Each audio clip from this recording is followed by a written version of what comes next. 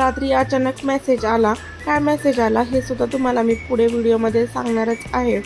त्याआधी मी अश्विनी स्वागत करते तुमचं आपल्या नवीन अशा व्हिडिओ ब्लॉगमध्ये. तर बघा, भरपूर असा पाऊस आपल्या इकडे तर पडत आहे आणि तुम्हाला व्हिडिओ लेटनी पोस्ट होत आहे कारण की आता काहीसा पाऊस उघडलेला आहे. तर बघा, तुम्ही पाहिलंच असेल की आदल्या दिवशी रात्री मी ना मटकी आणि वाटाणा भिजत घातला होता. तर साईला शाळेत जायचं म्हटलं ना की त्याच्या डब्यासाठी काहीतरी भाजी बनवावीच लागते आणि मग असे कडधान्य दिले ना तर मुले आवडीने खातात. आता बाहेर तर प्रचंड पाऊस पडत होता, मग त्याआधी ना सकाळी छान असं चहा पिऊन घेतला आणि त्यानंतर ना कामाला सुरुवात केली. आता एवढा पाऊस पडतोय म्हटल्यावर कृष्णाला काही बाहेर जाता येत नव्हतं कारण की त्याला घरात बसायला अजिबात आवडत नाही आणि खायचं म्हटलं ना तरी त्याला बाहेर रस्त्याने फिरावं लागतं आणि मगच चारावं लागतं. पण आता तो शांत होता कारण की बाहेर येणारी जाणारी लोक बघत होता. आता किती पाऊस पडला ना तरी शेतकऱ्यांना आपल्या गुरांसाठी खायला आणायला बाहेर जावंच लागतं. तर चला, या इकडे ना मी स्वयंपाक करून घेतला.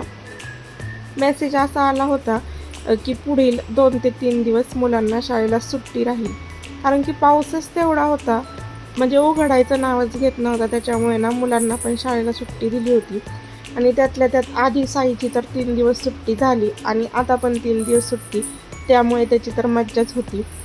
तरी पण त्यांना जो अभ्यास दिला आहे ना तो करावाच लागायचा. आता कृष्णाला छान अशी आंघोळ वगैरे घालून त्याला झोपवलं होतं. आता आपल्यासारखं मोठं माणूस जर अंगावर घेऊन झोपलं ना दिवसभर म्हटलं तरी उठायचं नाही. पण लहान मुलांचं कसं आहे, थोडीशी त्यांची झोप झाली 1 तासाभराची की ते लगेच उठतात आणि खेळायला लागतात आणि अशा गारठ्याच्या दिवसांमध्ये ना त्यांना अजिबात झोप येत नाही. आता थोडासा पाऊस उघडला होता पण तरीसुद्धा ना रिमझिम त्याचं येणं चालूच होतं. तर बघा, या इकडे मी छान असा व्हिडिओ पण केला आणि मस्त अशी रील्स पण तयार केलेली आहेत. तर नक्कीच तुम्हाला आपल्या यूट्यूब चॅनेलवरती बघायला मिळेल.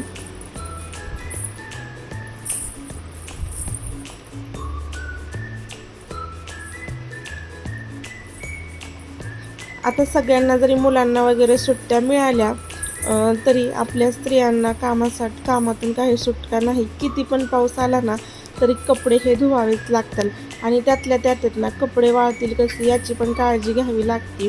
तर आता घरातली सगळी कामं आवरली होती आणि अंधार पण भरपूर झाला, म्हणजे अंधार पडला होता. जास्त काही वाजले नव्हते, 1-2च वाजले होते, पण अंधार मात्र झाला होता.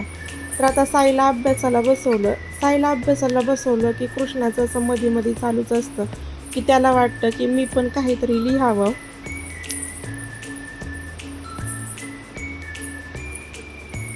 तर आता लवकरच साईची पण परीक्षा जवळ येत आहे, त्याच्यामुळे त्यांना सुट्ट्यांमध्ये पण, म्हणजे आत्ताच्या ह्या 2-3 सुट्ट्यांमध्ये ना भरपूर असा अभ्यास दिला होता.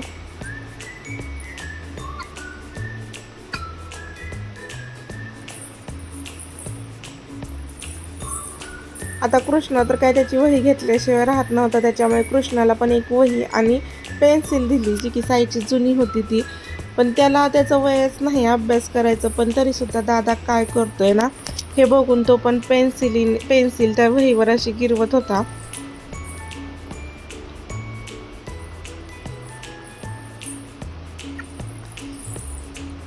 आता कसं आहे, दुपारी जर कृष्णा झोपला ना तर साईला पण वाटतं की मला पण झोपावं, पण त्याला अभ्यासच इतका आहे की कृष्णाला त्याला अभ्यास करून देत नाही. मग मी म्हणत असते की तो झोपल्यानंतर ना तू पटकन असा अभ्यास करून घे आणि नंतर झोप.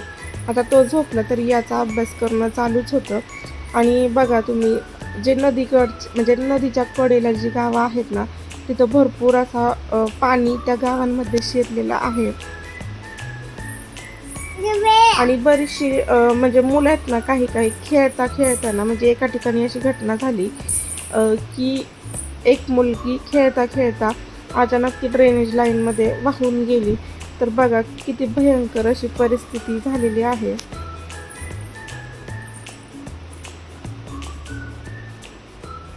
आता आमचं पण जे गाव आहे ना ते नदीच्या कडेलाच आहे.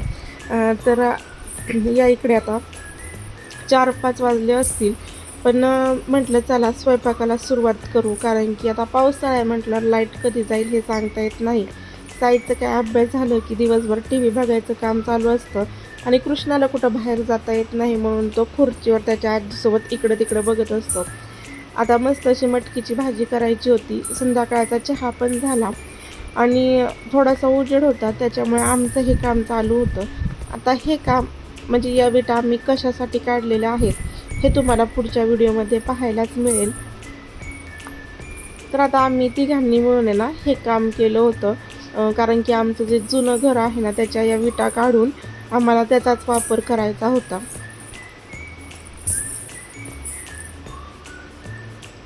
तर आत्तापर्यंत तर एवढंच झालं की जी शेगडी आणि चूल आहे ना तिथं पाऊस असा लागतच होता. पाऊस जर आला ना की घाई तिथं काहीतरी झाकण वगैरे झाकण टाकावं लागत होतं. त्याच्यामुळे तिथंच पत्र्याचं शेड मारायचं काम चालू आहे. ते पूर्ण झाल्यानंतर ना मी तुम्हाला नक्कीच दाखवेल. तर या इकडे आता मी गवार निवडताना ना मला या दोन्ही माझ्या मुलांनी छान अशी मदत केली.